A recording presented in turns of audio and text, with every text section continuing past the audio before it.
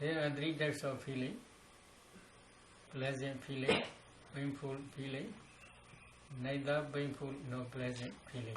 There are three. So, how Buddha taught? Titincha bhikkhave bhikkhu Vedana su Vedana nupasi viharati. Bhikkhus or a bhikkhu abides contemplating feelings as feeling. Ida bhikkhu bhikkhu Sukha va Vedana Vidya mana Sukha Vedana Vidya miti pajanati. Dukkha va Vedana Vidya mana Dukkha Vedana Vidya miti pajanati. Adukha masukha va Vedana Vidya mana Adukha masukha Vedana Vidya miti pajanati. So three types. In this Buddha's dispensation, a bhikkhu abides when experiencing pleasant feeling, he understands. I am experiencing pleasant feeling. When experiencing painful feeling, he understands. I am experiencing pleasant and painful feeling. When experiencing neither painful nor pleasant feeling, he understands. I am experiencing neither painful nor pleasant feeling. Neither painful nor pleasant feeling means neutral feeling only. Upekha. So, there are three types of feeling: pleasant feeling, painful feeling, and neither painful nor pleasant feeling. If you want to contemplate this contemplation of feeling, Vedana-nupassana, how you should practice? So there are very important three questions mentioned in commentary. Who feels? This is very important. No one feels any feeling. There is no one who feels any feeling. Then, whose is the feeling? Not of any being or any person. Owing to what is the feeling, there is the feeling. Owing to what there is the feeling. How will you answer?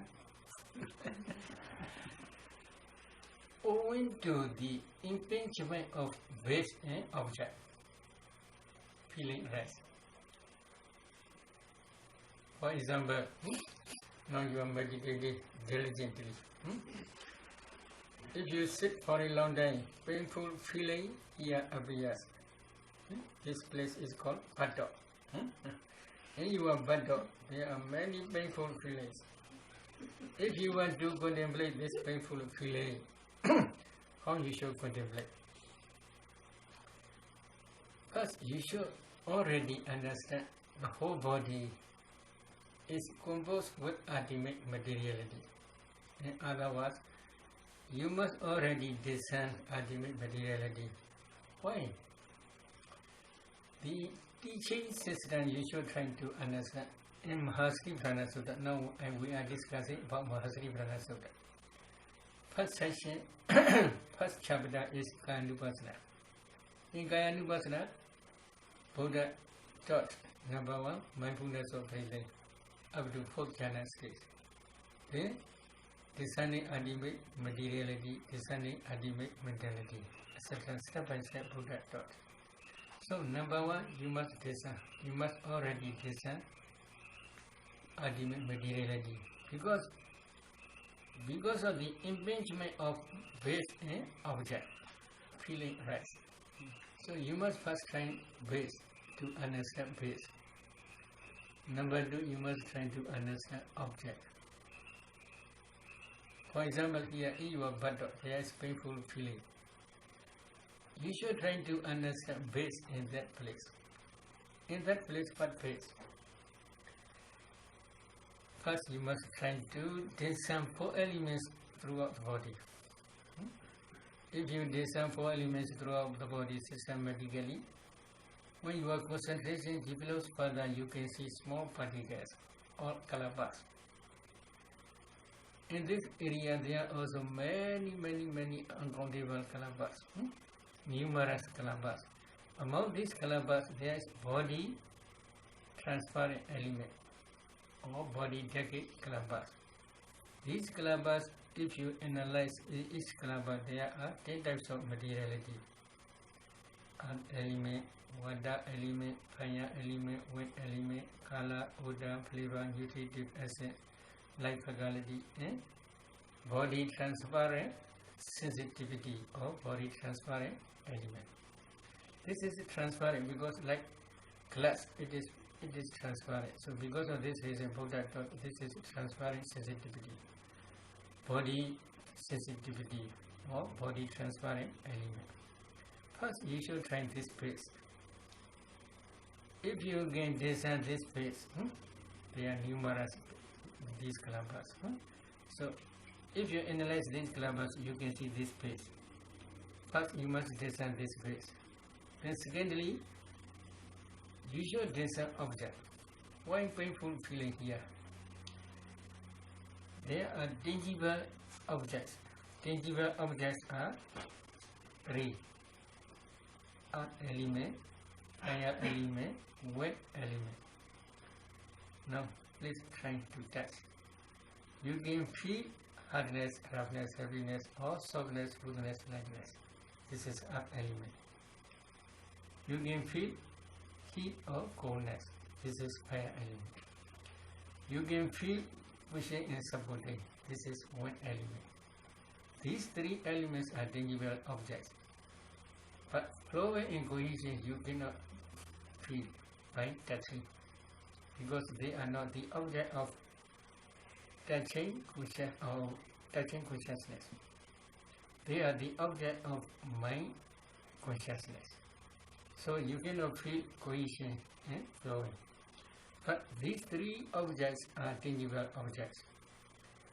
Among these 3, one element may be in excess. For example, hardness may be in excess, or heat may be in excess, or pushing may be very strong. If you carefully discern, then you can see this strong, powerful element. When that element gets to the body sensitivity, body base, body transparent element, then because of this impingement, painful feeling appear here. But if you do not understand here ultimate materialities, you cannot discern color bars, or cannot analyze color bars, and you cannot see ultimate materiality. In the same way, if you cannot discern the object, if there are a group of small particles, among these particles, maybe earth element may be very strong and excess. When it impinges to that body transparent element, at that time, painful feeling may appear. Or because of heat, painful feeling may appear. Or because of pushing, painful feeling may appear. These 3. So this object also you cannot discern. This also you cannot discern. If you contemplate feeling as feeling, this is just superficial. This is one reason. Another reason is when you are contemplating feeling, you should not contemplate only feeling. Feeling alone cannot arise.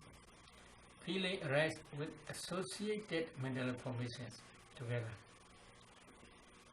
So, when you are paying attention in this area, according to Vedana, Siddha Susila explained body to cognitive process. In body to cognitive process, number 1, phyto-adverting consciousness. Number 2, body consciousness. Number 3, receiving consciousness. Number 4, investigating consciousness. Number 5, decision consciousness. Deciding consciousness. Number 6, from up to body. This is up to 12. This is 7 impulsion, my movement. 7 impulsion. After 7 impulsion, join up my movements. Then there may be 2 registering my movements. So, according to this series, they are always rising. They do not jump from one to another. This is Chitta Niyama, the law of consciousness. They never change this series. So, if you want to discern painful feeling, then you should try this series first. This is number 1. In each mind moment, there are different associated mental formations, especially number 1, hydro-advancing consciousness mind movement. There are 11 types of mental factors. In body consciousness mind movement, there are at least 8 types. There are 8 types of mental factors. Number 1, body consciousness. Number 2, contact, phasa. Number 3, Vedana, feeling. Number 4, sanya, perception. Number 5, volition, Vedana, volition. Number 6, Ekagata, one-pointedness. Number 7, life faculty. Number 8, manasikara, attention. Altogether, there are 8 types of mental factors. Among these 8 types, there is feeling first, Vedana. That Vedana is painful feeling. That painful feeling always arises together with associated mental formations. But only one mind moment, this is painful feeling. In hydro-advancing consciousness mind moment preceding body consciousness mind moment, there is only neutral feeling, neither painful nor pleasant feeling. After body consciousness mind moment, there is receiving mind moment. And that receiving mind moment, there is always neutral feeling. And after that, there may be investigating mind moment. That investigating mind moment, there is sometimes neutral feeling, sometimes pleasant happiness feeling. And deciding decision consciousness mind moment, there is always neutral feeling. In embarrassing mind moment, depending on right attention, yoniso manasikara, or unwise attention, ayoniso manasikara, there may be wholesome jhanas or unwholesome jhanas. If they are wholesome jhanas, there may be happy, pleasant feeling or neutral feeling only. So, painful feeling is only one mind moment. Not every mind moment, according to along this cognitive process, throughout this cognitive process. So, if you want to understand only painful feeling, it is not enough. If you understand only painful mind moment alone, it is not enough. Not enough means no, pain. You are noting in this way the whole sitting. Then you understand only painful feeling only, not associated mental formations, no other feelings, happy feelings or neutral feelings. You will not understand. So this is not enough. So because of this reason, if you want to contemplate feeling, number 1, you must already have this ultimate materiality. Number 2, you must discern ultimate mentality thoroughly, according to 6-door cognitive process. At that time only, when really here painful feeling appear in your padak. At that time only you will understand in this area there is only ultimate materiality and ultimate mentality. Because of the impingement of base and object, painful feeling arises. At that time you will understand. So if you understand in this way, you can search for there who is feeling, who feels. There is no one who feels. There are only ultimate mentality and materiality. Who is feeling? Not of any being or not any person. Because of the impingement of base and object, feeling arises. So if you understand in this way, you can understand only ultimate materiality and mentality. There is no one who feels. There is no person who feels. There is no father, there is no mother, there is no I, there is no he, there is no she. Who feels this feeling? Only ultimate mentality and materiality. This is one. Another is, if you can see ultimate mentality and materiality thoroughly, they are, as soon as they rise, they pass away very, very quickly. At that time you will not see your Pa-Auk. There is no Pa-Auk. Only ultimate mentality and materiality. There is no place. Feeling, depending on that place, feeling is rising. You can see only ultimate materiality and mentality. Because of the impingement of base and object. Here in this case, base is body, base. Object is maybe tangible object. Element, fire element, and weight element. Because of these two, the impingement of these two, painful feeling arises together according to cognitive process, together with associated mental formations. If you understand in this way, then we can say, when experiencing painful feeling, he understands, I am experiencing painful feeling. At that time only you can understand this. In the same way, when you are feeling pleasant feeling, you will understand you are experiencing pleasant feeling. How you should try to understand. For example, now there are many meditators who can see Anapana Pripaka Nimitta.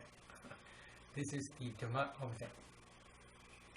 This object is called Dhamma. There are 6 types of objects. Kala, odor, flavor, kada, sound, smell, taste, tangible object, and Dhamma object. Among 6 objects, this Anapana Pripaka Nimitta is called Dhamma object, one type of Dhamma. So, if you can concentrate thoroughly on the nimitta, and full absorption may rise. When full absorption arises, if you can maintain this full absorption up to 1 hour, 2 hours, etc., then you may feel very, very gentle, pleasant feeling. Okay? Who feels? This is problem.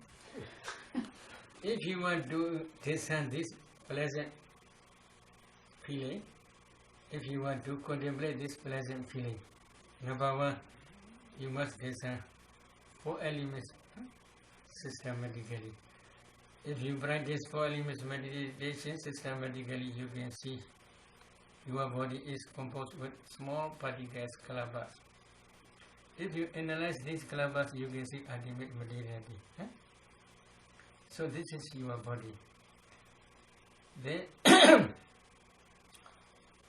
at that time, if you have been practiced Anapana jhana up to 4th jhana, while you are discerning jhana factors, you can already discern mind of mind of you already see. So this is an important point. Then another is here nimitta, Anapana Pripaka nimitta. When Anapana Pripaka nimitta appear in your mind, not impingement, Abhiya only. Abhiya in your mind, then you can discern five jhana fetters, really. Because of this reason, Buddha says, Maneja, Pateja, Dhameja, Upajati, Manovinyana.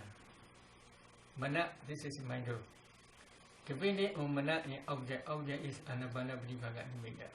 Depending on mind and object, mind consciousness arises together with five jhana fetters. So you can clearly see this is because of the impingement or because of the meeting of these two objects. Your mind is Dhamma object. Because of the meeting of these two objects, five jhana fetters clearly you can see. If you can discern five jhana fetters clearly in five jhana, there are 34 mental fetters. You have, maybe Sister Susila already calculated. Among these 34, there is feeling. That feeling is somanasa, happy feeling, pleasant feeling. But that pleasant feeling arises not alone. It arises together with associated mental formations. How many mental formations? In five jhana, there are 34 mental formations together with happy feeling or pleasant feeling. So, if you can discern this ultimate mentality, then again you must discern ultimate materiality, especially heart-based. Depending on heart-based, these jhana dhammas arise in the place of pointer. When jhana dhammas are rising and passing away successfully for 1 hour, 2 hours, and then when up mind state stops. When you emerge from jhana and then when up mind state appear again. So, to discern these jhana dhammas, 34 jhana dhammas, you should try to discern heart-based also. The heart-based arises as heart decade kalamba, not alone. In that small particular heart decade kalamba, if you analyze, then you can see 10 types of materiality. Earth element, water element, fire element, wind element, color, odor, flavor, nutritive acid, and life faculty and heart base. Altogether 10 materialities, 10 types of materialities. You should try to discern these 10 types of materialities also. And then you should emphasize heart base.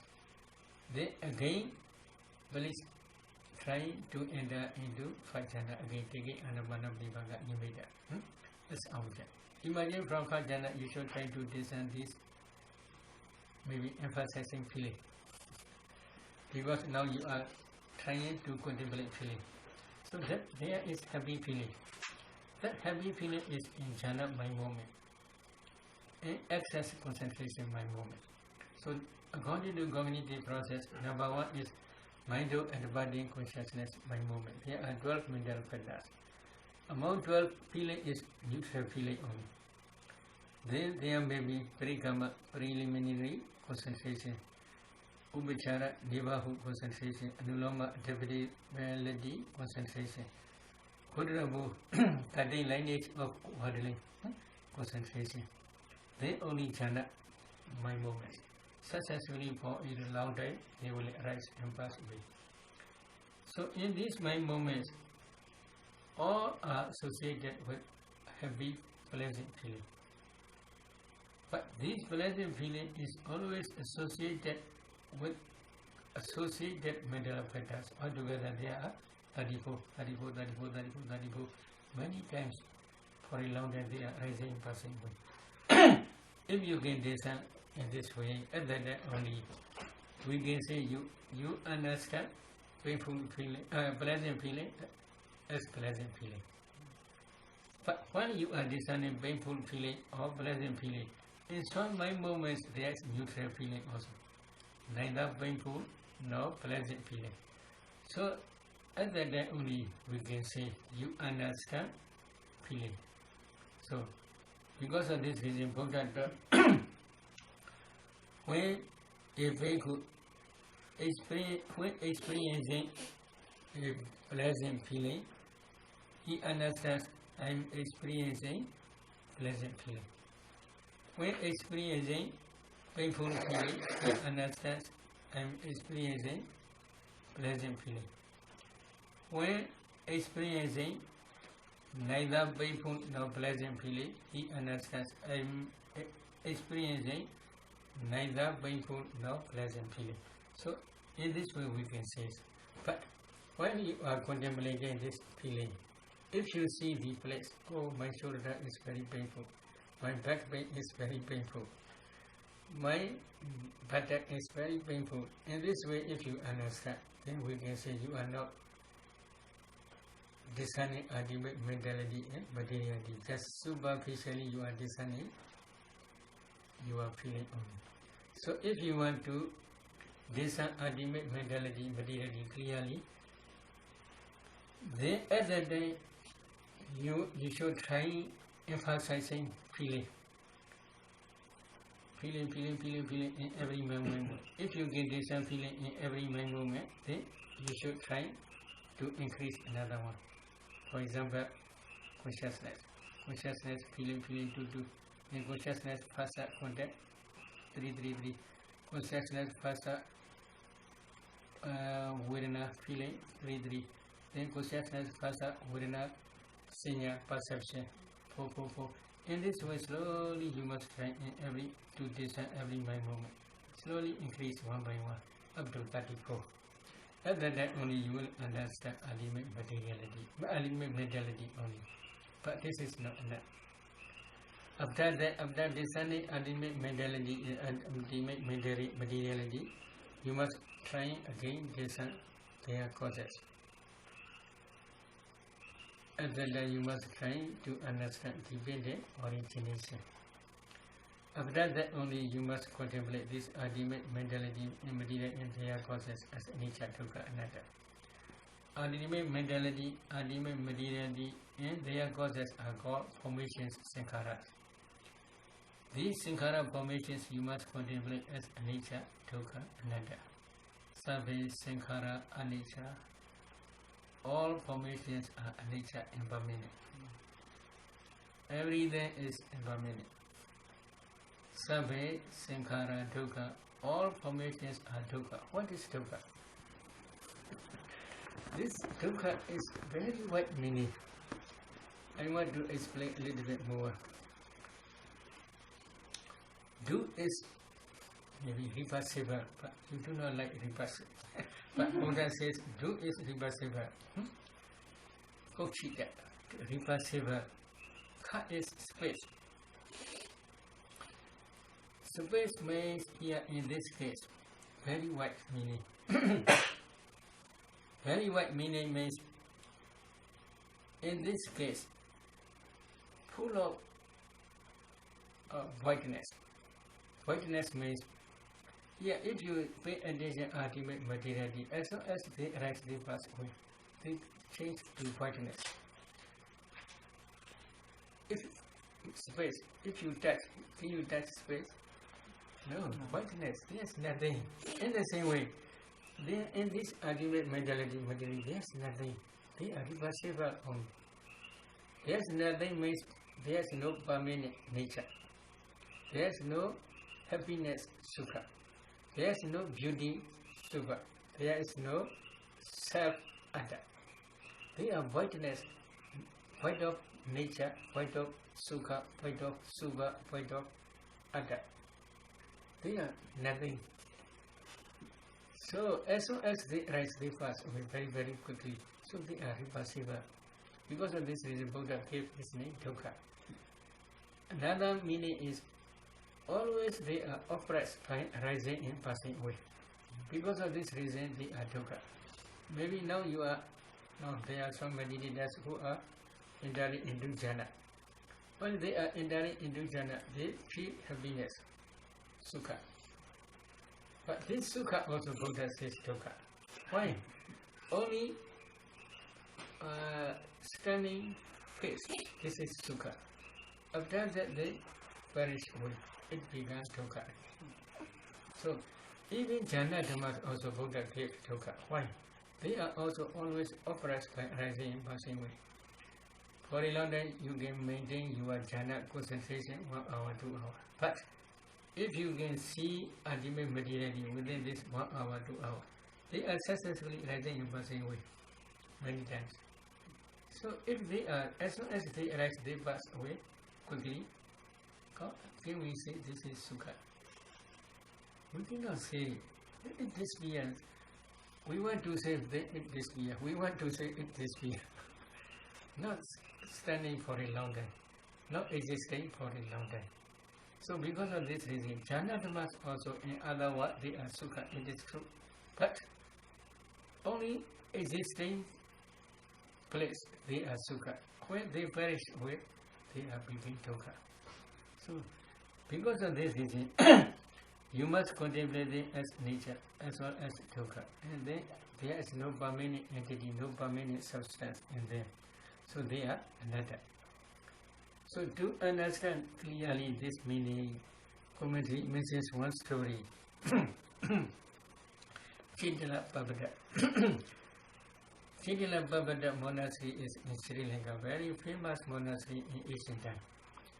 There are more than 20,000 arahats stay one time there. So many caves now still there. Natural caves, not artificial caves. More than 100 caves are there still now. So they are dwelling in these caves. Among these caves, there is one Mahathira. Mahathira is elderly god. One day he was sick because of stomach problem, bowel problem, many problems, maybe what element is attacking inside too much. So he cannot sit for a long time and he sleep. While he is sleeping, Utsa, when it's attacking too much, so he is turning from one side to another.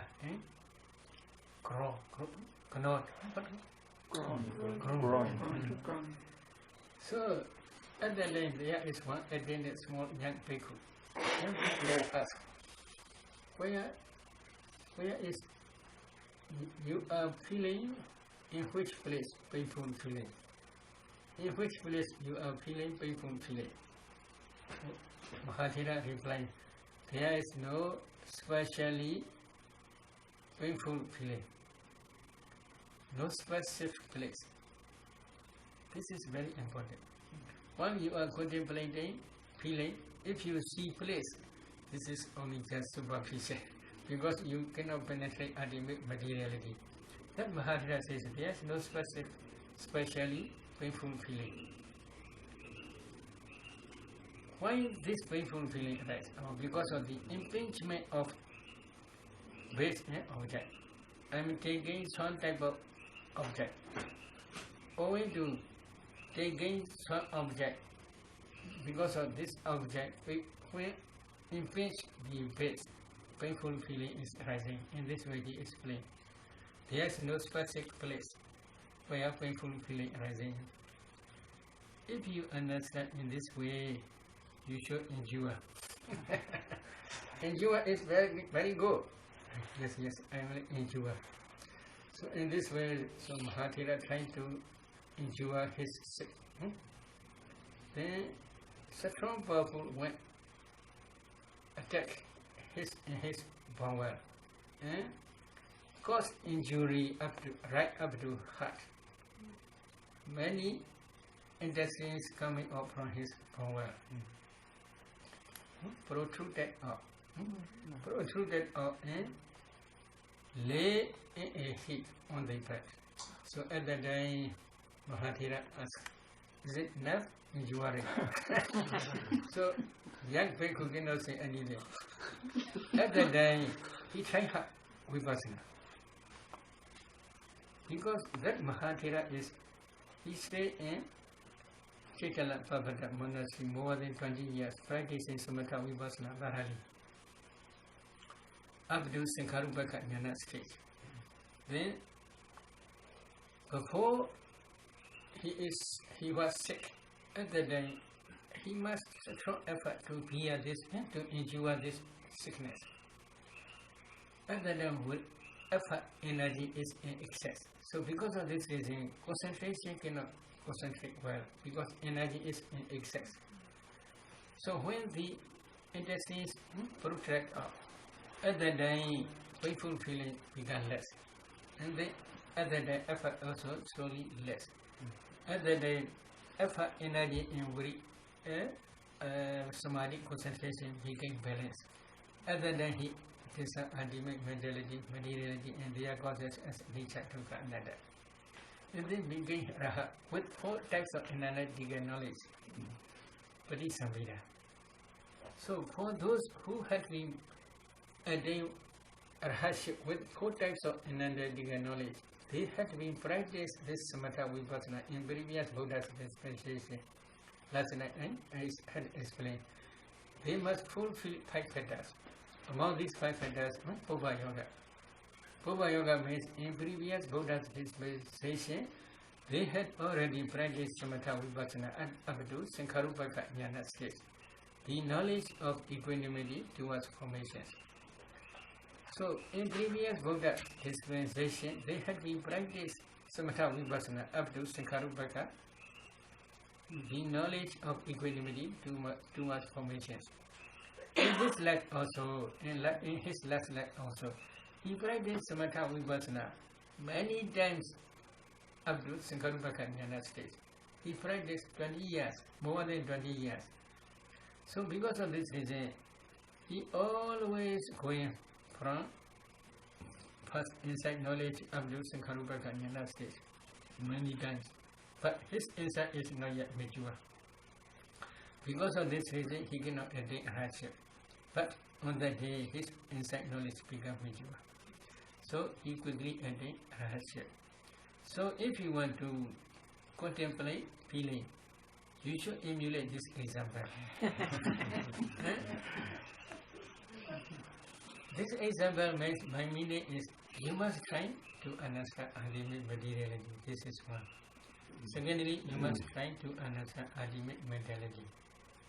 At that time only you can understand feeling as feeling clearly. Because feeling cannot arise slowly. Feeling always arises with associated mental formations. This is one reason. Another reason is feeling arises according to cognitive process only. Without cognitive process, such type of feeling cannot arise. This is one reason. Another reason is because of the impingement of base and object, feeling arises. So you should try to understand base. You should try to understand object. Without understanding base and object, if you discern feeling, then it will be only just superficial. Without discerning associated mental formations with feeling, then this will be only just superficial. So because of this reason, if you want to understand or to contemplate feeling, then first you must try to discern ultimate mentality. Secondly, you should discern ultimate mentality. But this is not enough. Then you must contemplate their causes. You should try to discern their causes. And then you must contemplate them as nature, dukkha, and anatta systematically. At that time, you will realize feeling as feeling. Okay? Any question? Any question?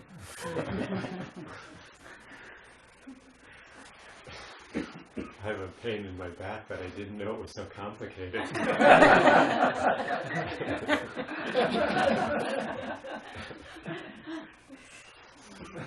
No question?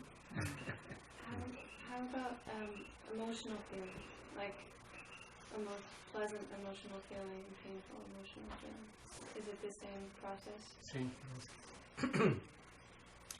Same process, but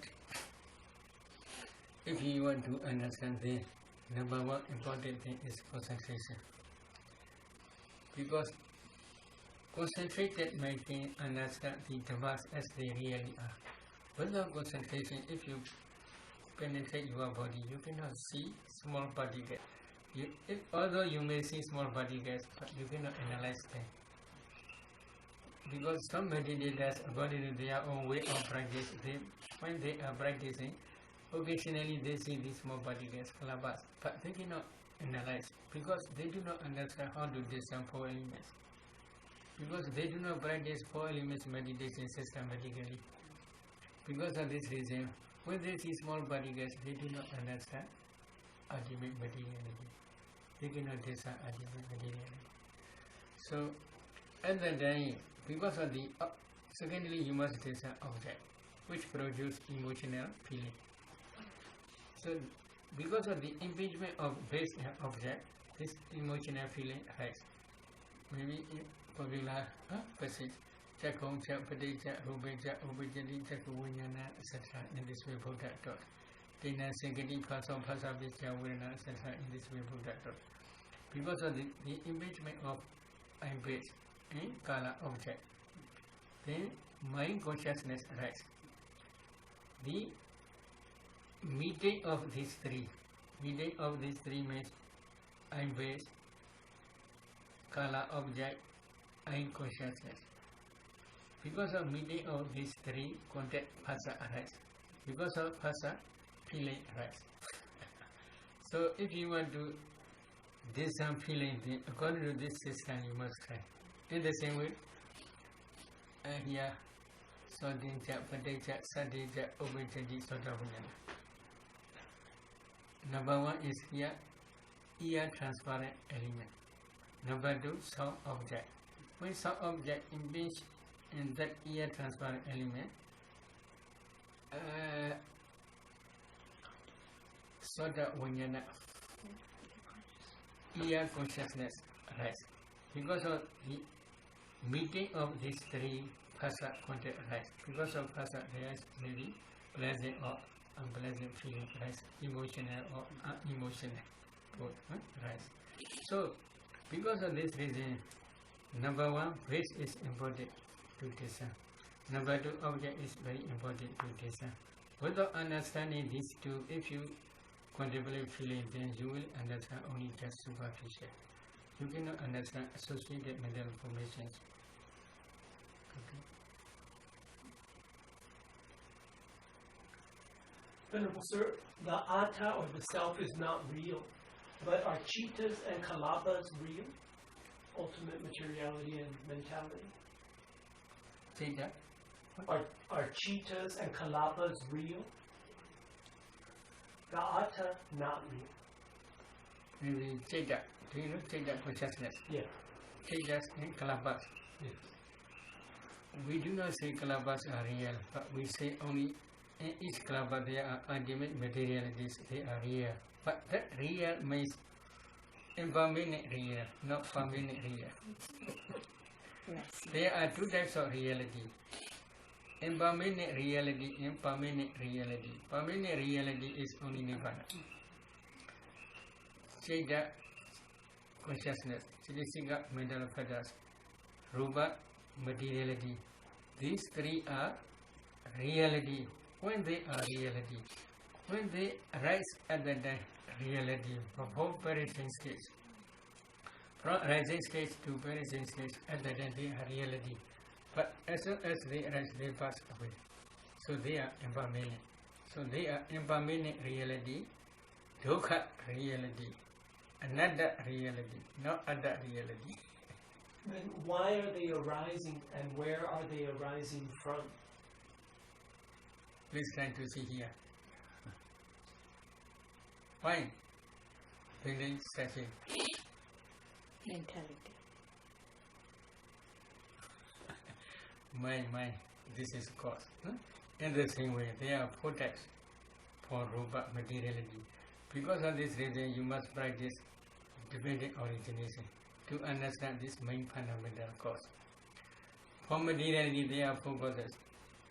There are karma born materiality, mind born materiality, temperature born materiality, nutritive acid born materiality. Mind produce, karma produce materiality, mind produce materiality, temperature produce materiality, and then nutritive acid produce materiality. There are four causes.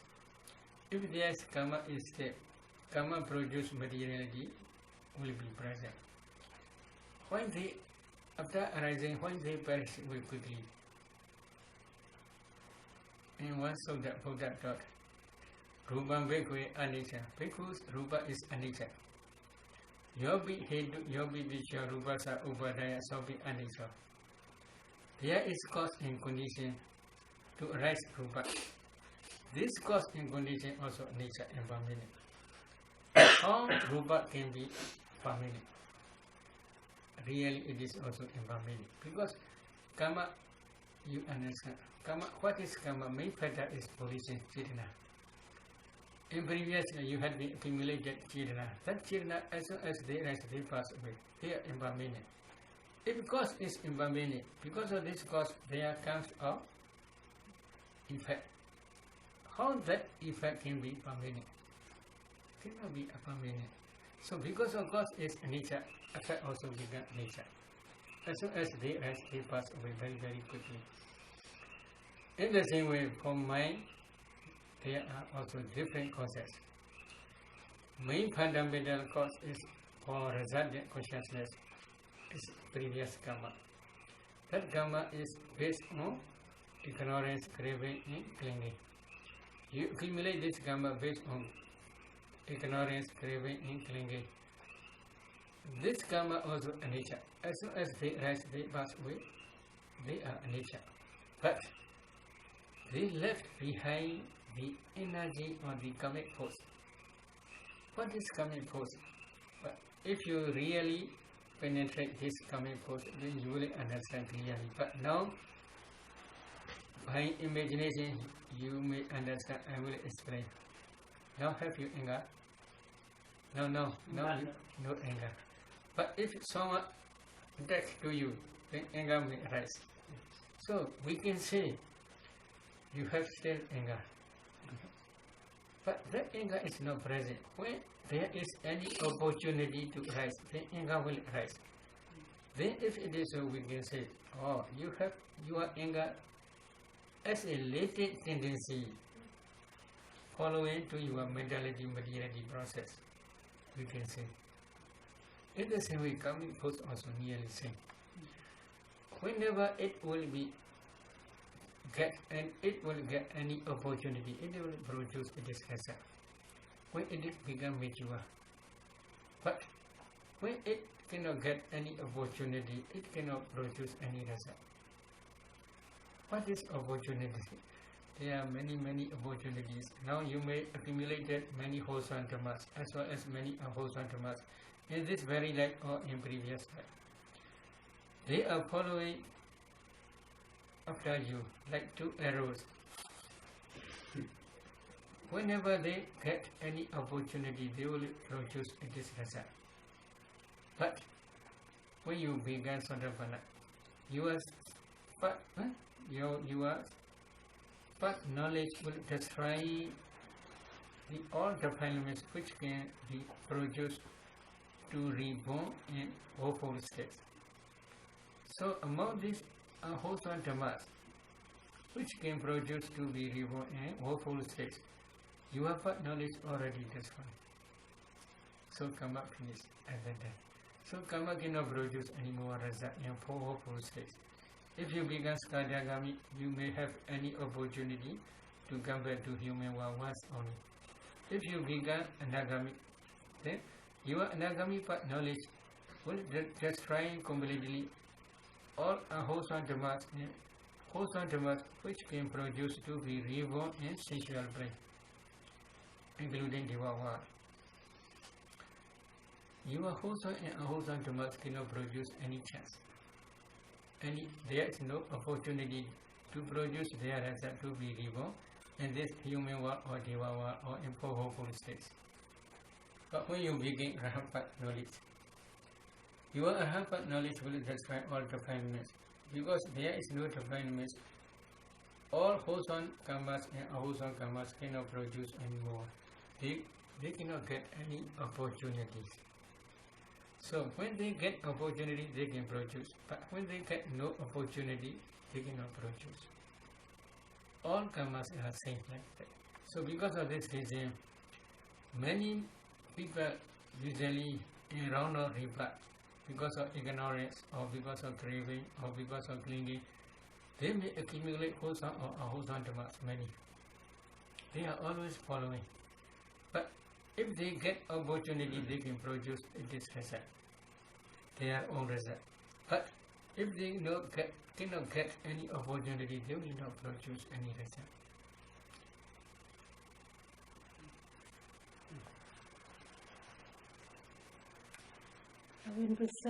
Where would you place light and sound? Light.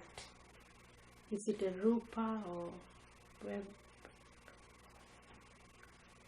Light is now when you are practicing samatha vipassana, the light is appear. Yeah. This is also rupa. But that rupa is very subtle. It's not mentioned in the kalapas. Light. Mentioned kalapas. But this is very subtle. When you are discerning, when you are contemplating ultimate mentality, materiality, and their causes as nature dukkha matter, one day you may reach Uriyavya Jnana stage, rising and falling inside knowledge stage. At the time, strong more when you are inside become mature and mature. Then strong powerful lights will appear. At the time, some meditators think, oh, now I may attain but improving knowledge. So because of this reason, at the time, light is very strong. Buddha's Uriyavya Jnana light spread up to 10,000 world circle. Very, very powerful. For many meditators, at the time also their light is very strong. At the time, they should pay attention 4 elements in that light. They can see the light is nothing but a group of small particles. If they analyze these small particles, in each kalapa there are 8 types of materiality. Earth element, water element, fire element, wind element, kala, odor, vapor, nutritive essence. External light is temperature produced materiality. Internal is both mind produced materiality as well as temperature produced materiality. Both. So they are kalapas. Then, in the same way, here you should try to discern untransparent sensitivity. Yeah. If you want to discern sound, you should pay attention to that sound, 4 elements. You can see sound is nothing but a group of 4 elements. If you concentrate, then you can see kalapas, very subtle kalapas. These kalapas, if you analyze, there are at least 9 types of materiality. Earth element, water element, fire element, wind element, kala, odor, vapor, nutritive acid, and sound. That sound is impinging to each other. In one kalapa there is earth element, in another kalapa there is also an earth element. They are very, very closely rising and passing very quickly. So because of impingement of these 2 earth elements, sound arises.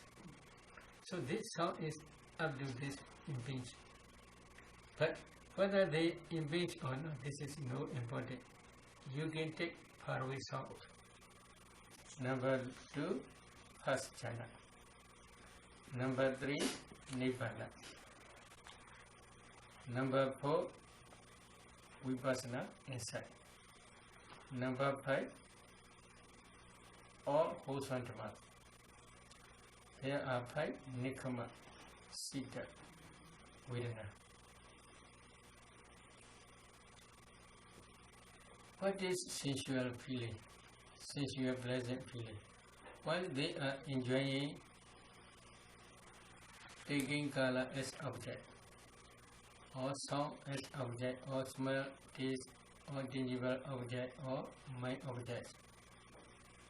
At that time also, based on unwise attention, sensual pleasant feeling, or sensual unpleasant feeling, painful feeling, or sensual neither painful nor pleasant feeling arise.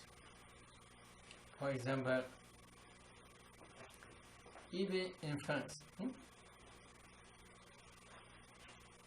lying on their back know that they are experiencing pleasure feeling in sucking their mother's breast. But such type of knowledge cannot case out the perception of being or the perception of self. Cannot uproot the perception of being in a person. It cannot case out the belief in self. It cannot be the cultivation of meditation. It cannot be the meditation subject. It cannot be cultivation of foundation of mindfulness, Satipatthana Bhavana. Why? Their perception is cannot case out the belief in a being or in self. They may think this is my mother or this is my father, etc. They do not understand ultimate mentality, ultimate materiality, and their causes. And they do not understand the nature, dukkha, anatta nature of these formations. They only understand this is my mother, this is my father, etc. In the same way, in similar occasions, if a meditator understands this is I, this is he, this is she, this is father, this is mother, this is son, this is daughter, etc. Then such type of knowledge also cannot case out the belief in self. It cannot approach the perception of being or person. It is not meditation subject. It cannot become the cultivation of foundation of Satipatthana, mindfulness. It cannot be Satipatthana Bhavana. So, when you are practicing meditation subject, especially Vipassana, you should first try to understand ultimate mentality, ultimate materiality, and their causes. After that, you must contemplate these formations as nature, dukkha, anatta.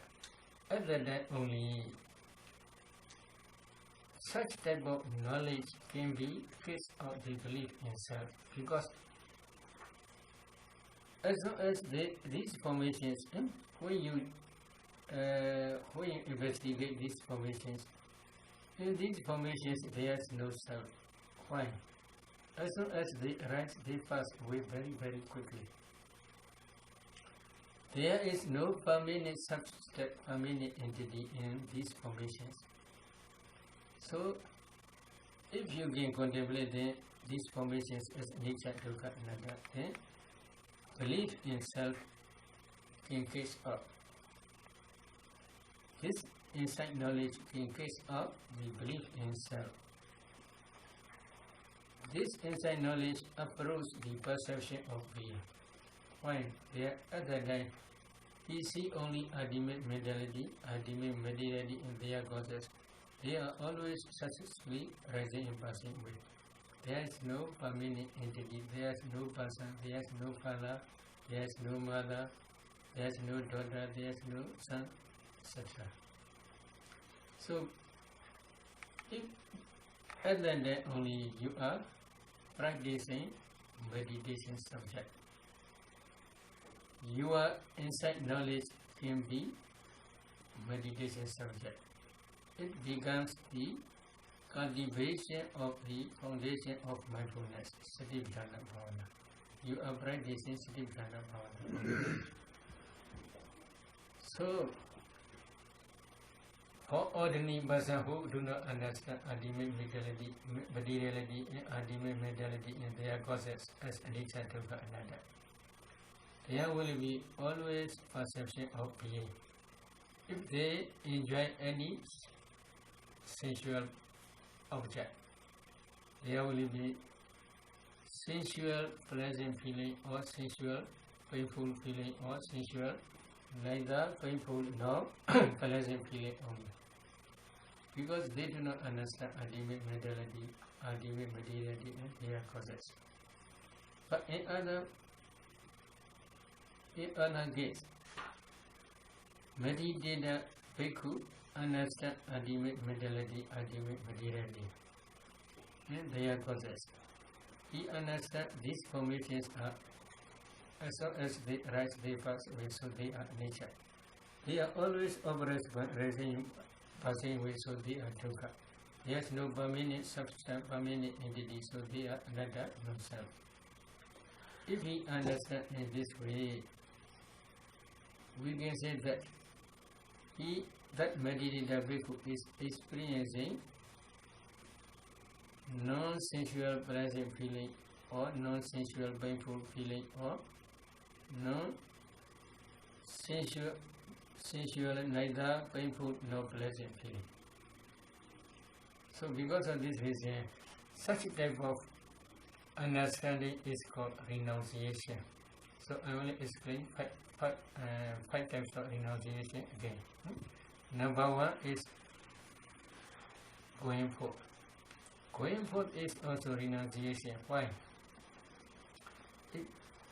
If you ordain as a bhikkhu or bhikkhuni, you get escape from the householder's life. Is it true? If you ordain very quickly, it will be very good. This is your practicing renunciation. So this person at that time, how pleasant feeling appear. While you became bhikkhu or bhikkhuni at that time, sometimes you may reflect your virtue, sila. When you see purification of your virtue, at that time, happiness will arise in you.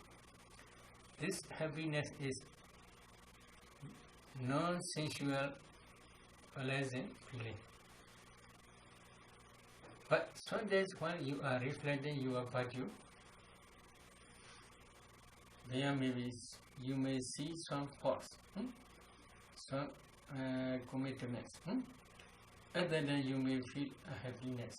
This unhappy feeling is non-sensual, painful feeling because you are reflecting your virtue, your sila only. Sometimes while you are reflecting your virtue, you may feel neither painful nor pleasant feeling, only just neutral feeling because you do not see any fault in your virtue. So because of this reason, sometimes there may be neither painful nor pleasant feeling. These three types of feeling are non-sensual feelings: Nikama, Sita, Vedana. In the same way, now you are practicing meditation.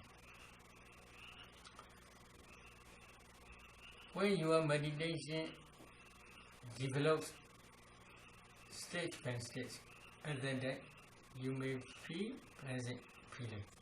Is it true? But this is also non-sensual feeling, Nikama, Sita, Vedana. But sometimes meditation is not improved. Slowly begin unhappy. Such type of painful feeling is called non-sensual painful feeling. It is not connected with sensual enjoyment. It is connected with only meditation subject. In the same way, while you are practicing vipassana also, sometimes you may feel pleasant feeling, especially when you reach Udiyabhya Jnana stage, the knowledge of rising and passing away, or knowledge of rising and dissolution stage. At that time, strong, powerful happiness usually arises. This is one type of embodiment. Why it is called embodiment? So that at that time, happiness is very strong. Because of this reason, you may have attachment to that happiness, such type of happiness. So because of this reason, it also becomes embodiment. Really, it is not embodiment. Really, it is the object of embodiment only. The object of the embodiment means if you have attachment to that happiness, then happiness is the object of attachment. Because of this reason, it is also called embodiment only, but it is not really embodiment. But if you have no attachment to that happiness, this is not embodiment. This is natural. In the same way, when you are meditating, sometimes there may be painful unhappiness feelings. Because of your insight knowledge improve slowly or decrease. Because of this reason, sometimes you may have a happy feeling. Oh, today it is not good to meditate. Many wandering minds, I cannot control my mind. In this way you inform. So at that time you feel unhappiness. Such type of unhappiness is called non-sensual painful feeling. Sometimes when you are meditating, neither painful nor pleasant feeling rise. Why? They are straight neutral feelings. Again and again you are practicing. When you are practicing again and again, sometimes occasionally there is no pleasant feeling, no painful feeling, only just neutral. You can maintain your concentration only. Or you can continue your insight only. So because of this reason, sometimes there may be neutral feeling also. Such type of feeling is called non-sensual feeling. In this case, when you are going forth, this is also called renunciation. Another is Vedana. When you are practicing Anapana or any Acinna or any Samatha meditation object, if you attain Vedana, this Vedana also called renunciation. Why? It is the main cause to escape from the sensual world. If you can maintain this jhana up to that moment, then after that it is sure you will attain Brahmavar. You will be reborn in Brahmavar because of this jhana. So this jhana also called renunciation because it is the fundamental cause to escape from the sensual world. This is one type. The other jhanas also not called nikama, renunciation. Others are also called renunciation, but it is include number 5 or wholesome dhammas. Number 5 group. So, if you practice immaterial jhanas, you will escape from the 5 material world and also not only sensual world. If you can maintain this jhana up to that moment, then you will attain immaterial world. You will be reborn in material world. So it is also renunciation because it is the fundamental cause to escape from the 5 material world or sensual world and 5 material world. So they are also called renunciation. But it is included in the number 5 group. The number 2 is Vedana. The number 3 is Nibbana. Nibbana also renunciation. Why it is called renunciation? It is the main fundamental cause to escape from the round of rebirth. If you realize Nibbana by 4 fruition knowledges, then when you begin Rahat, one day you will take Pranibhana. At the Pranibhana time, you will escape from all round of rebirths. Why? Because of Nibbana. Taking Nibbana as object, 4 path and fruition knowledges arise systematically, stage by stage. These 4 path and fruition knowledges realize Nibbana. When you take Pranibhana, at that time you will attain that Nibbana. Before you are taking Pranibhana, we can say you realize Nibbana only. But after when you take Pranibhana, at that time we can say you attain Nibbana. What is Nibbana? Maybe there are many controversial points, but the most important fundamental factor is cessation of all suffering. Buddha says dukkha nirodha sita. Dukkha nirodha, complete cessation of dukkha. What is dukkha? Five aggregates. The complete cessation of five aggregates, this is called nibbana. But there are three types of nibbana. Some meditators, they misunderstand about these three types of nibbana. One example is our Buddha. Our Buddha, when he became enlightened one under the body tree, at that time, his Rahampa knowledge destroying all defilements completely without remainder. Complete cessation of defilements of unwholesome dhammas is called kilesa pranibbana. Cessation of complete cessation of defilements. This is also called kilesa pranibbana. In other words, it is also called sa-ubadisesa nibbana. Sa-ubadisesa nibbana means five aggregates are still there, but five aggregates are still there, but defilements cease completely without remainder. So five aggregates still remain, but defilements cease completely without remainder. This such type of cessation is also called sa-ubadisesa nibbana. Nibbana is cessation. Number two is anubadisesa nibbana.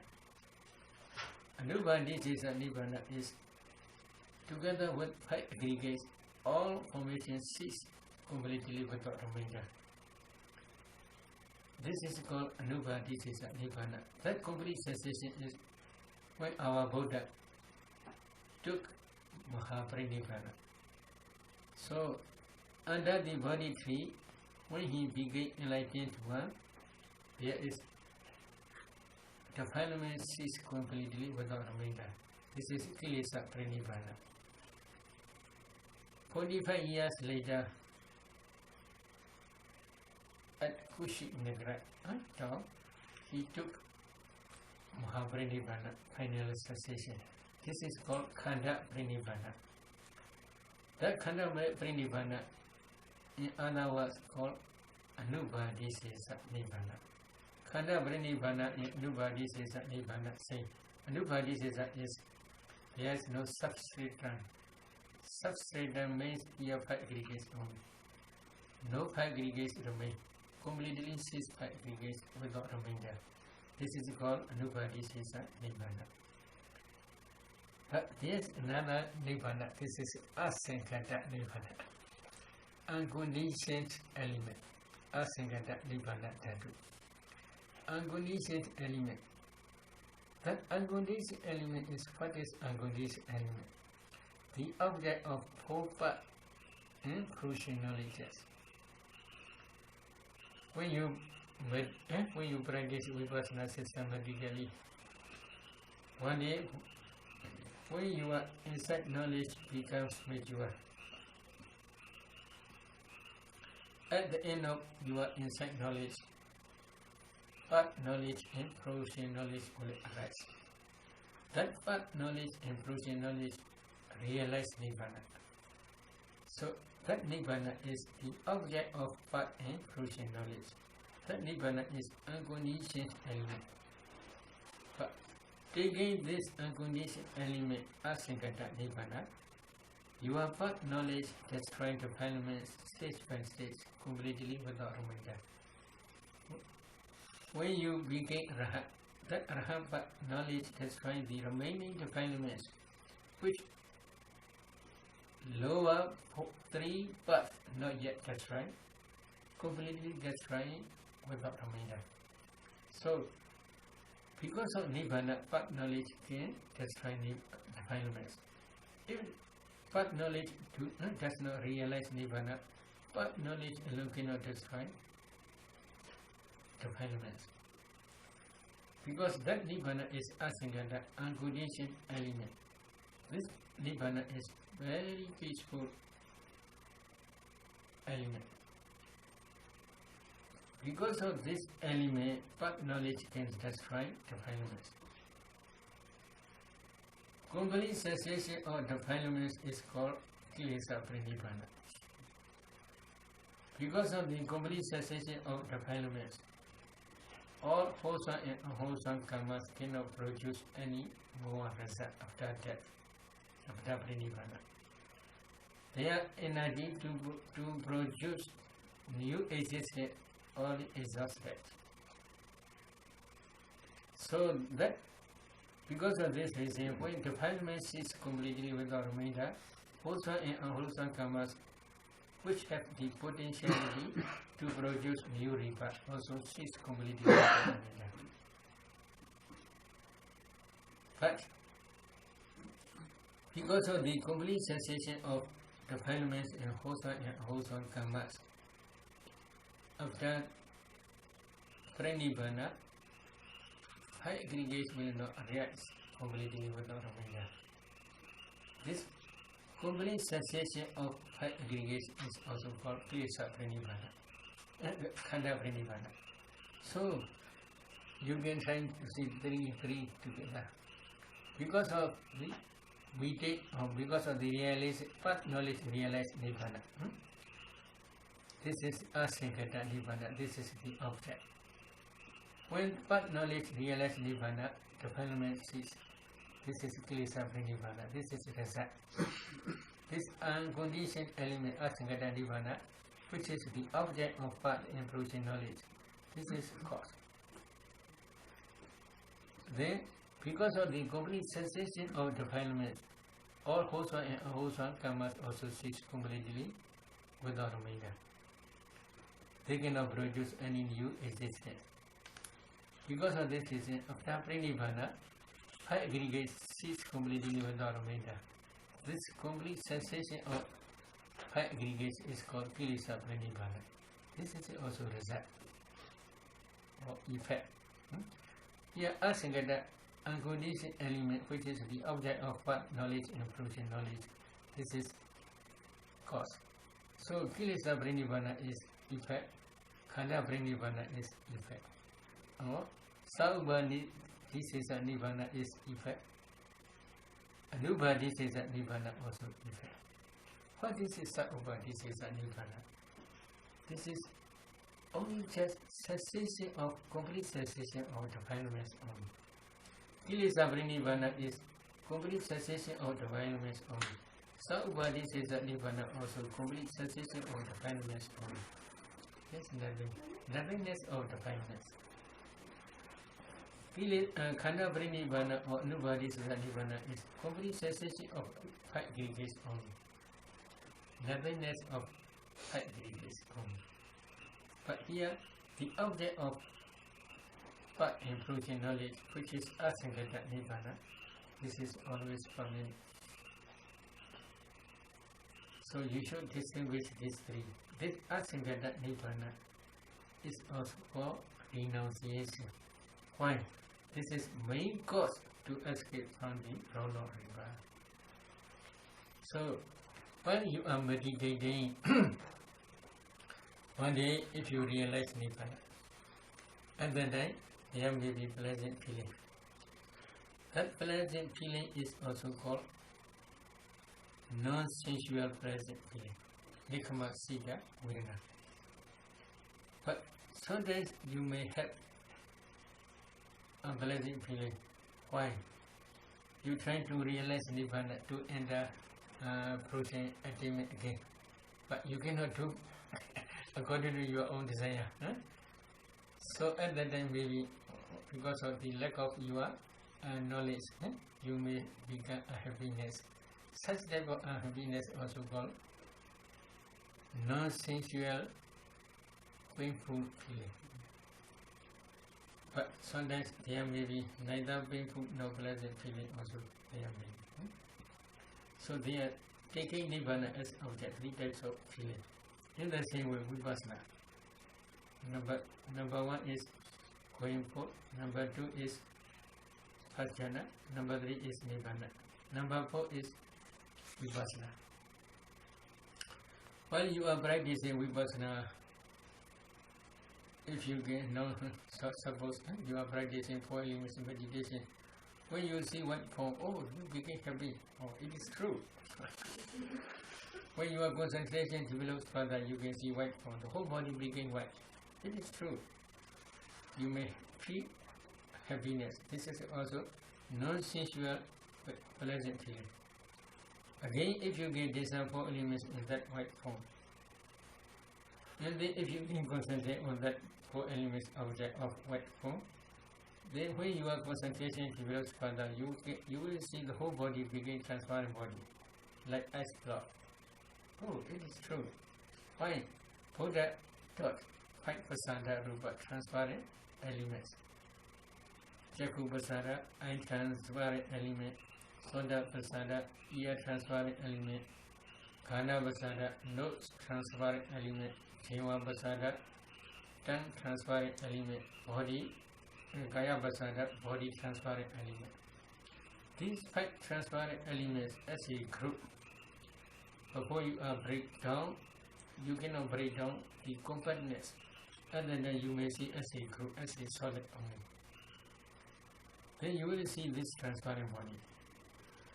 That transparent is like mirror. This is mentioned in Visuddhimagga, the path of purification.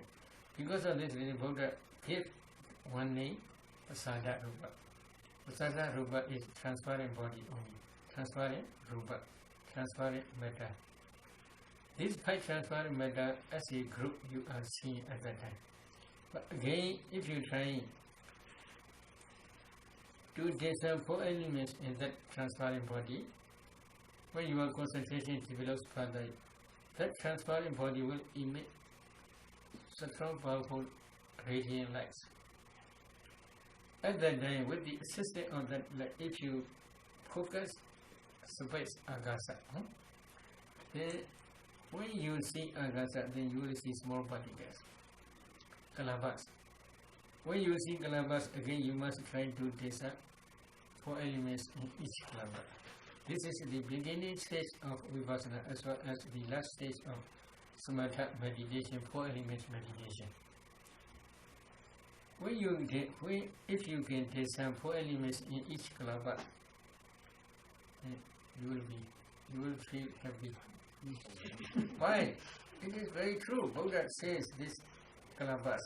Buddha taught this ultimate materiality. Now I can see this ultimate materiality, and then the happy feeling will arise. This type of happy feeling is called non-sensual pleasant feeling. But sometimes you are analyzing these kalabas, you cannot easily understand ultimate materiality. Very difficult. They are, as long as they rise the bus way very, very quickly. How I can discern these 4 elements? And then you may feel a happiness. This is non-sensual, painful feeling. Sometimes, you can discern easily, no problem. So, again, if you are discern, again, you may understand these 4 elements in each kalabas. And then, neither painful nor pleasant feeling also may arise. So 3 types of Vedana feeling. This is called non-sensual feeling, Nikama Sita Vedana, depending on vipassana. But not finished. Nowadays, there are many meditators, they believe Savakas. Savakas, Buddha's disciples are for Savakas. Savakas cannot see these kalabas. Savakas cannot analyze these kalabas. Savakas cannot discern this ultimate materiality they believe. Then you should consider carefully. Buddha taught ultimate materiality. In Buddha's body also this ultimate materiality.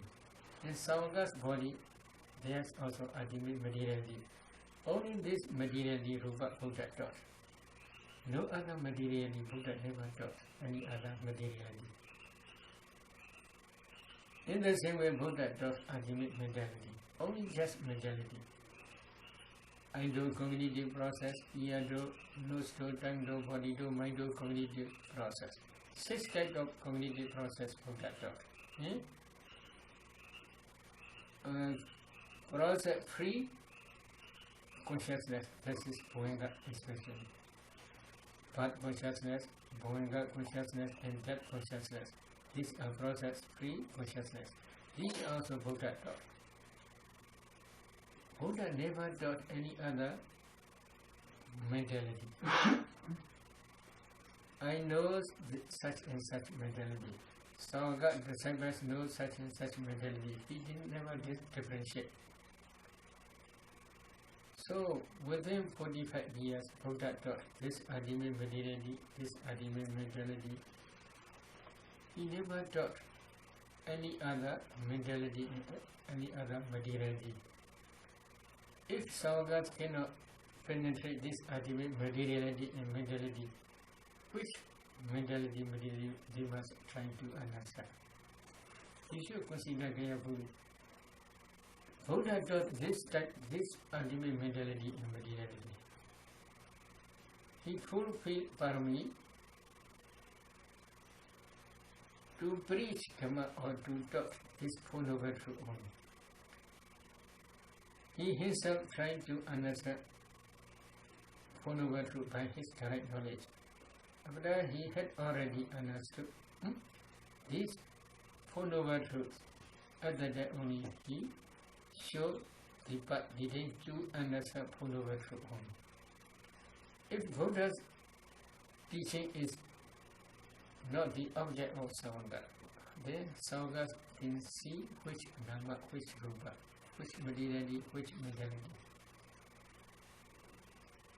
In other words, we can say, Buddha appeared in this world, and he taught ultimate mentality, materiality, but Sangha cannot understand his ultimate mentality.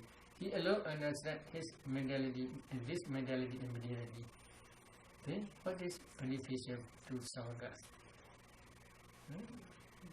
So there's no benefit. Buddha appeared in this world. There's no beneficial to human world, to humankind, because his teaching Sangha cannot understand.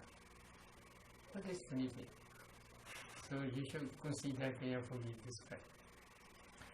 Buddha teach the Dhamma for Sangha only. It is not necessary to teach Dhamma for himself. Is it necessary? Because he already enlightened one, already became enlightened one. It is not necessary to teach Dhamma for himself. He teaches this Four Noble Truth for Sangha only, for disciples. So if his teaching by Sangha cannot understand, what is the beneficial to humankind for his appearing? So you should consider carefully. So when you are practicing vipassana, if you can get some ultimate mentality in this way, at that also you may feel pleasant, happy feeling, or pleasant, pleasure feeling, pleasant feeling, or painful feeling, or neither painful nor pleasant feeling. In the same way, but another is dependent origination. Nowadays, many meditation teachers says you must contemplate only present, not past and future. Past is finished, present is not, future is not yet coming. So it is not necessary to contemplate past and future. Without understanding past causes, without understanding present causes, without understanding future causes, without understanding past effect, present effect, and future effect, how you can understand past and cause and effect? Causal relationship between cause and effect. So, present fact aggregates are produced by previous causes. Ignorance, craving, clinging, original formations, and karmic force. Because of these five causes, present fact aggregates appear. If you do not contemplate, or if you do not discern past causes, how you can understand past causes produce present effect? If you do not discern future fact aggregates, how you can understand present causes will produce future effect? So, without understanding dependent origination, there is no one who can escape from this round of rebirth, even in a dream. This is mentioned in Visuddhimagga commentary as well as Samaha Vinyodhini commentary. Quoting Buddha's passage, in Mahadinana Sutta, Buddha explained in this way.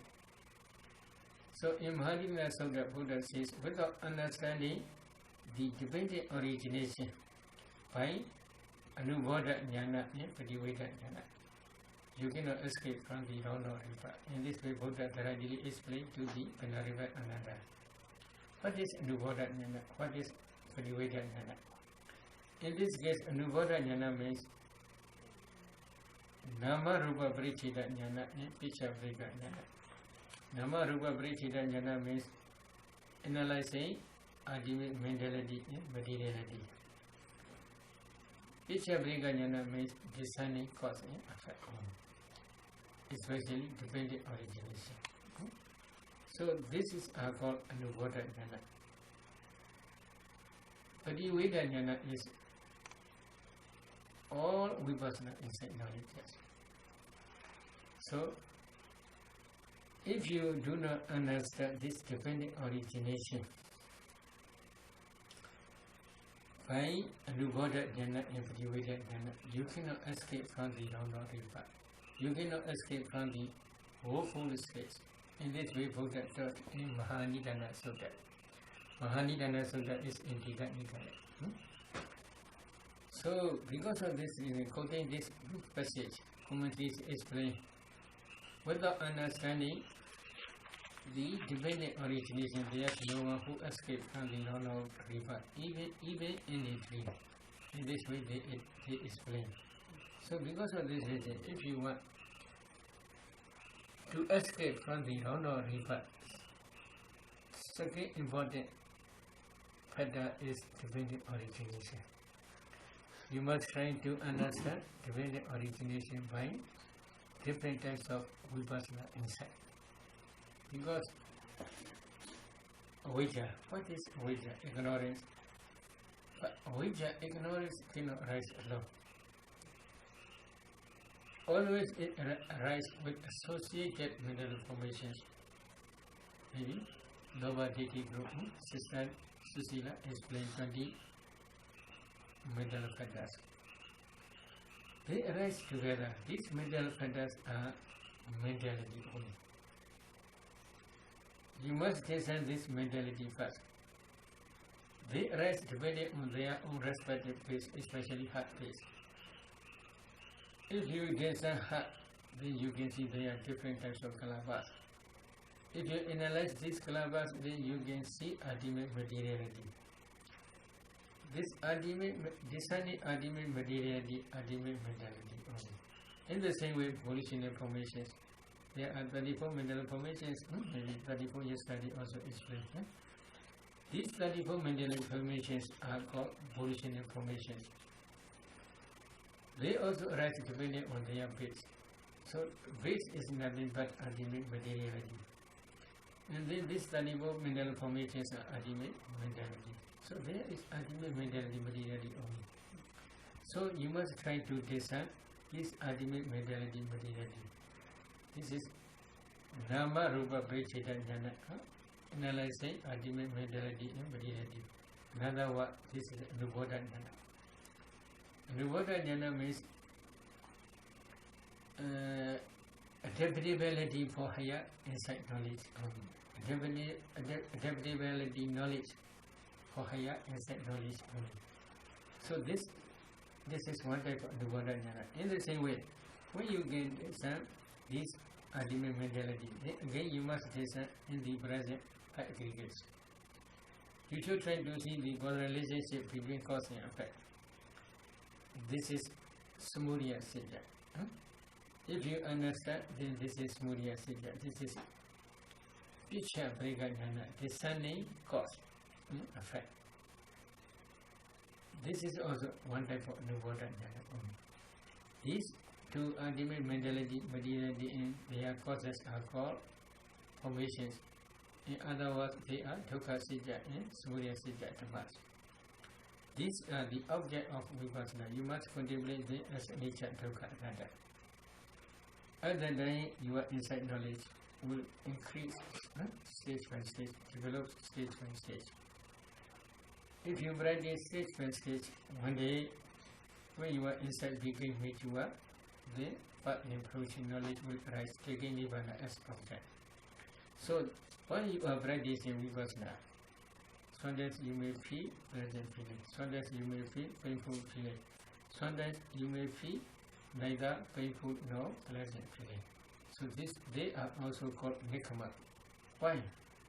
Renunciation, nikama renunciation. Why they are called renunciation? They are fundamental cause. This insight knowledge can suppress defilements temporarily. So they are main cause to escape from the defilements. So they are also called renunciation. Another is all wholesome dhammas.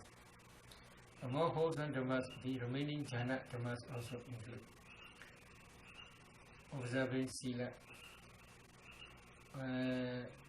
generosity, jhana, sila, all include. Before jhana stage, you must practice daily. Before jhana stage, there are also wholesome dhammas. They are also included. All wholesome dhammas are also nikama, renunciation. Why? They are the main cause to escape from the unwholesome dhammas. Among unwholesome dhammas, defilements are main fundamental factors.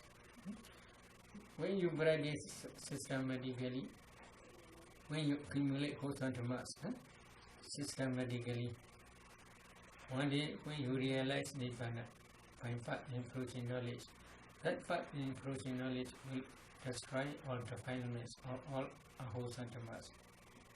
So, because of this reason, all wholesome dhammas, including jhana, sila, bhavana, all are also renunciation, nikama. They are main causes to escape from the unwholesome dhammas. Jhana also one cause to escape defilement. How? Do you understand? If you donate something, for example, this one, you donate. Before donation, you may have a little bit attachment to this, but when you are donation finished, and then you have no attachment to this property. Is it true? Yes, this is one cause to escape from attachment. In the same way, if you donate something, you have no attachment to this requisite. So this is escaping from attachment. So because of this reason, jhana also one cause to escape from attachment, from defilements. In the same way, sila, you do not give. Because of this reason, desire to give nothing. You escape from the desire to give others. So this is escaping from unwholesome dhamma. You never steal to any and do others' property. So this is also one cause to escape from defilements. So sila also one cause to escape from different types of defilements. So they are also called renunciation. So in the same way, samatha jhanas also one cause to escape from defilements. Vipassana also one cause to escape from defilements. Vedana also fundamental cause to escape from defilements. So because of this, they are called renunciation. While you are accumulating these 5 types of renunciation, there may be sometimes pleasure feeling, pleasant feeling. You may feel pleasant feeling. Sometimes you may feel painful feeling, unhappiness. Sometimes you may feel neither painful nor pleasant feeling. But if they are based on renunciation, nikama, painful feeling also you should accumulate. Why? Yes, one story, famous story. Commentary mentions one story about Mahasiva Thera. Mahasiva Thera is the leader of 18 sects in Sri Lanka. 18 sects, they translate Nikaya sects. He can recite 3 Pitakas together with commentaries, memorize or learning by heart. 3 Pitakas, now 42 books. Commentary 16 books, very big books. He can orally memorize this all together. He teaches Dhamma. There are 60,000 disciples. His 60,000 disciples became Rahat. But he is still wandering person, Putujana. So one day, one of his disciples, who is Rahat, visit to him, asked him to meditate. Because of sense of spiritual urgency, he agreed to meditate.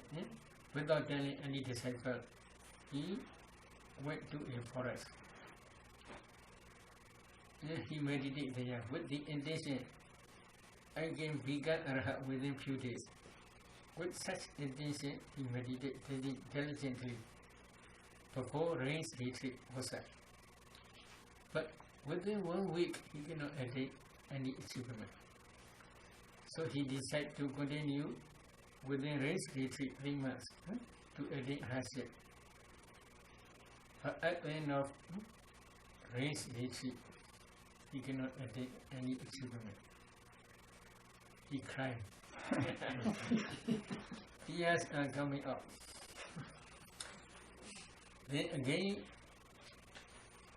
he asked himself, next rains retreat, full Monday, at the end of full Monday, I will become Rahat.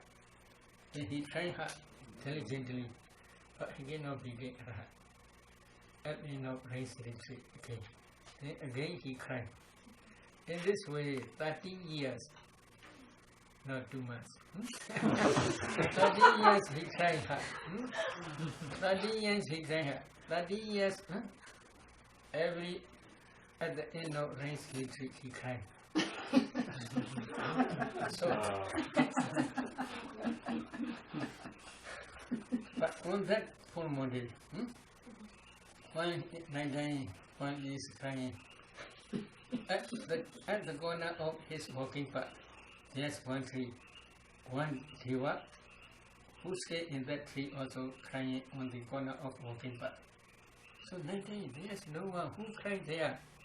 He checked, he asked, who are you? Oh, I'm the Deva who stayed in this tree. Why are you crying? I think if I cry, I may attain any part in spiritual knowledge. At that time, he got a lot sense of spiritual urgency. Oh, Siva, Devas are also making joke to you. So you should try hard. So at that night, he tried hard. He did some ultimate medality meditation in their consciousness, and he contemplated as the chapter for another. Then before dawn, before dawn, he became Rahat at that time. So that such type of painful feeling and happiness also you should cultivate. Why? It is the main cause to meditate diligently. Because of this reason, such type of painful feeling or unhappiness feeling also you can cultivate. So you should cry.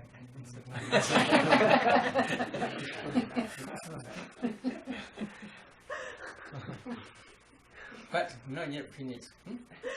Not yet finished means, but while you are discerning this altogether, 9 types of feeling. Feeling alone not enough. The feeling always arises with associated mental formations. You should try to discern these associated mental formations also. But these associated mental formations always arise according to cognitive process. We call Sayadaw. You must discern these painful feelings according to this cognitive process only. If you desire only feeling, not desire associated mental formations, this is not enough. Not enough means you cannot break down 4 types of competence. For example, now Mahasiva Thera, he is not yet successful.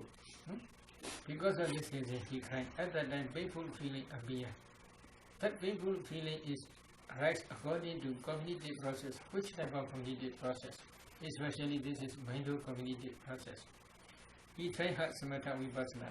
He understands ultimate mentality, materiality, and their causes as nature dukkha anatta. It is true. But his inside knowledge not yet become vijua. Because of this reason, taking his inside knowledge as object, he feels a happiness. This is mind-cognitive process. That mind-cognitive, mind-advancing consciousness.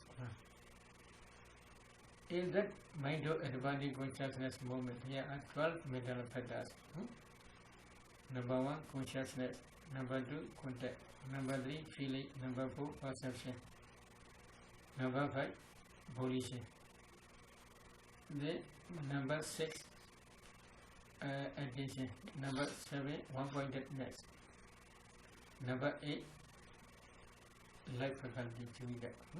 This is altogether 8. Another videka, initial application of the mind to the object, which are sustained application of the mind to the object and the equivocal decision. Altogether these 12, 11, together with consciousness, and number 3 is Viriya. Another one is Viriya, effort, energy. Altogether 12. These 12 mental factors are in mind-advancing moment. But in jhana moment, 7 embarrassing moment, they are usually 18 mental factors. 18 mental factors, these 12, then desire, chanda, and then delusion, moha, hirika, shamelessness, notaba, fearlessness, potential restlessness, and then dosa. That dosa is not anger. This is a happiness only. Dosa. Then, okay, altogether 18. These 18 are right together. If you cannot discern these 18, then you cannot break down the compactness. There are 4 types of compactness. Here, mind-advancing consciousness, first jhana, second jhana, third jhana, fourth jhana, up to 7. If you do not see moment by moment, then you cannot break down the compactness of series, sankatikana. Then, if you can see moment by moment, then you must try to see their mind-advancing moment. There are 12 mental factors. In jhana mind moment, there are 80, 80, 80, 80 in this way. If you cannot see this 80, if you see as a 1, then we can say you cannot break down the compactness of group, samvakana. Although if you can discern this one by one, if you can break down compactness of group, but there may be different functions. In each mental pattern, they have different functions. If you cannot of group, the compactness of function. In the same way, when you are discerning this mind-cognitive process, that inside knowledge also has 3 types of compactness. Same. If you can break down 3 types of compactness, it is called aramana. You can break down the compactness of the object. Aramana. So, both altogether they are 4 types of compactness. These 4 types of compactness you should try to break down. And then only you can understand ultimate materiality, ultimate mentality. So, Without understanding in this way ultimate materiality and ultimate mentality and their causes, then you cannot go vipassana directly.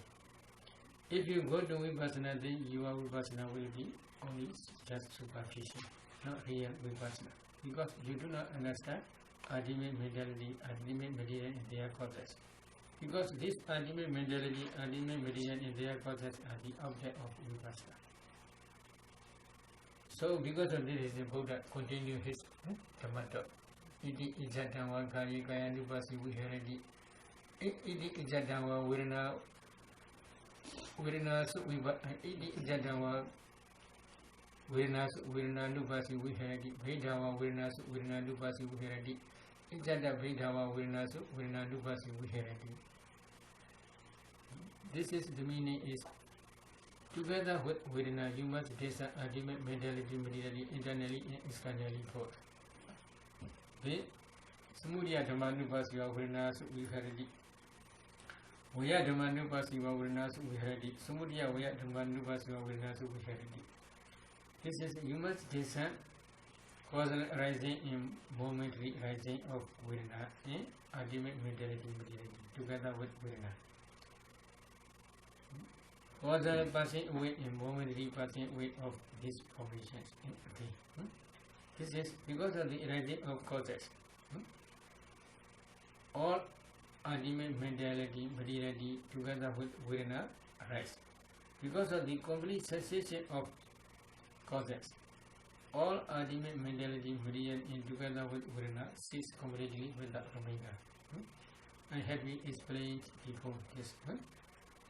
Because of the past causes, Vidya, ignorance, craving, and lingi upadana, Sankara formations, policinal formations, and karmic force karma.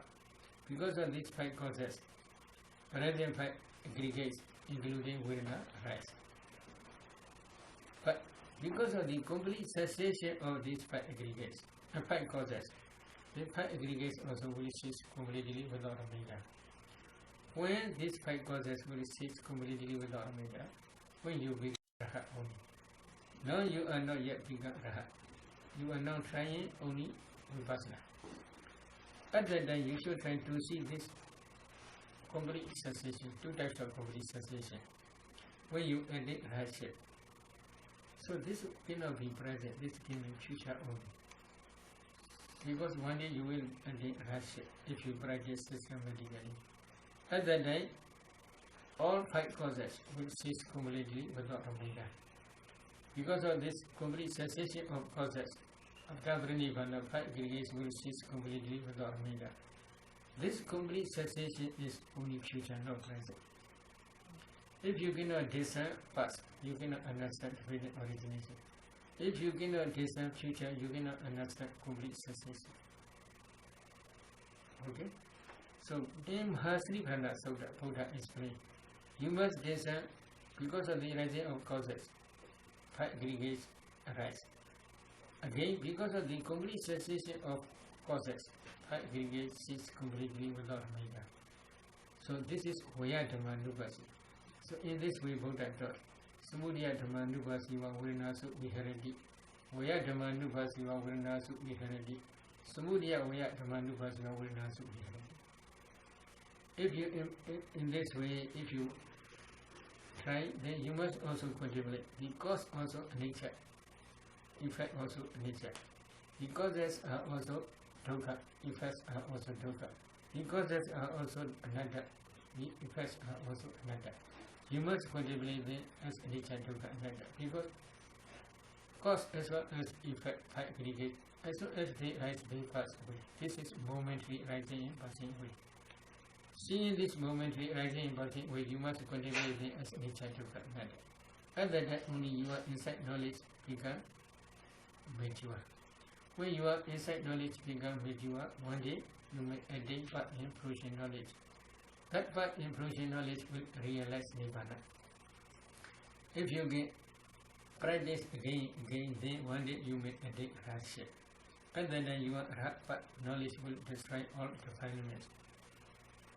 If your defilements cease completely without omega, your wholesome and unwholesome karmas cannot produce new existence.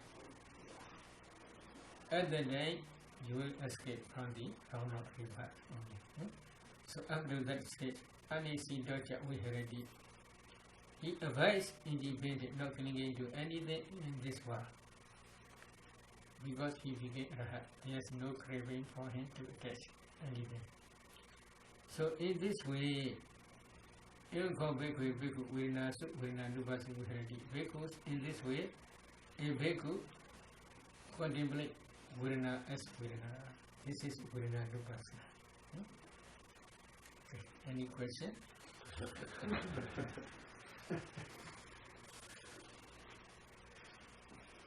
No question?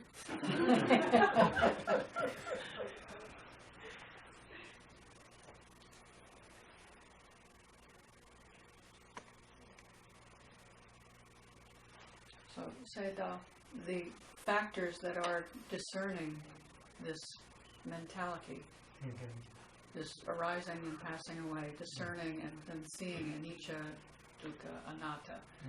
These factors, these are the factors of enlightenment, the sati, the different factors. Yes, there are 34 mental factors in your insight knowledge. Among 34, in other words, we can say 37 body practices, enlightenment factors. 34 mental factors and 37 body practices, they are same. Same means, among 34 mental factors, there is sati. That sati is called positive Vedana. There is viriya, effort. That effort is 4 types of samavadana. There is chanda. That chanda is about chandegi bada, one type of accomplishment. There is viriya, energy. This is also one type of accomplishment. Viriyadi bada. There is consciousness. This is also one type of accomplishment. Chandegi bada. There is wisdom faculty. That wisdom faculty is also one type of accomplishment. So 480 badas are also included in this 34 mental conventions. 5 controlling faculties: Saddha, competence; Viriya, effort; Sati, mindfulness; Samadhi, concentration; Pinya, wisdom faculty also include. Because this wisdom faculty, anasa, ultimate mentality, material, and their causes as anicca, dukkha, anatta. So clearly they see. So among these 34, 5 controlling faculties are also present. When these 5 controlling faculties begin power, they are also called 5 power. So 5 power also include. And there is sati, mindfulness. This is the enlightenment factor of mindfulness. Sati samojjhanga. There is wisdom faculty. That wisdom faculty is called dhamma vichya samojjhanga. Enlightenment factor of investigation. Why? That wisdom faculty investigate, this is nature, this is rupa, this is nama, this is cause, this is effect, this is nature, this is dukkha, this is anatta. In this way, at the time he investigate. So that investigation factor, enlightenment factor also include dhamma vichya. Viriya, there is also still effort. Sati, there is also still mindfulness. Then there is also samadhi, ekaggata. There is also passaddhi, tranquility of mind. Piti, there is also piti, rapture. So there is also tatra mijadada, equanimous mind. Tatra mijadada, middle factor. So 7 enlightenment factors also include. In the same way, there is also Loba Evolva, Samadhi, right view. At that time, Vipassana insight understand this is Rupa, this is Nama, this is cause, this is effect, this is nature, this is dukkha, this is anatta. So Samadhi is also present. Obligation, Samasinkappa, obligation of the mind to the object. That Samasinkappa, so that's applying the mind to the Rupa object, so that's to Nama object, so that's cause, so that's effect, so that's nature, so that's dukkha, so that's anatta. It together with samadhi. The other day, samavacha, right speech, samagamanda, right action, ajiva, right livelihood. These three are also present. Fine. Now you are meditating. Every morning you are taking oza or sila. This is observation. At that time you are abstaining from wrong speech, wrong action, wrong meditation. So they are always present when you are meditating. So these three are also present. Then there is samavayama, this is right effort, viriya. Samasati, right mindfulness. Samasmadi, right concentration. Noble Eightfold Path are also included in this 34 mental factors. So if you again contemplate this insight knowledge, at that time we can say you can see 37 enlightenment factors, Bodhibhakyatas, or Noble Eightfold Path. You can say 4 Sati Prana, 4 types of Sati Prana, 4 types of Sama Prana, all are included. So if you, this is the object, ultimate material is their causes. You must contemplate it as nature to another. That insight knowledge also, again you must contemplate as nature to another. And then you will understand both sides.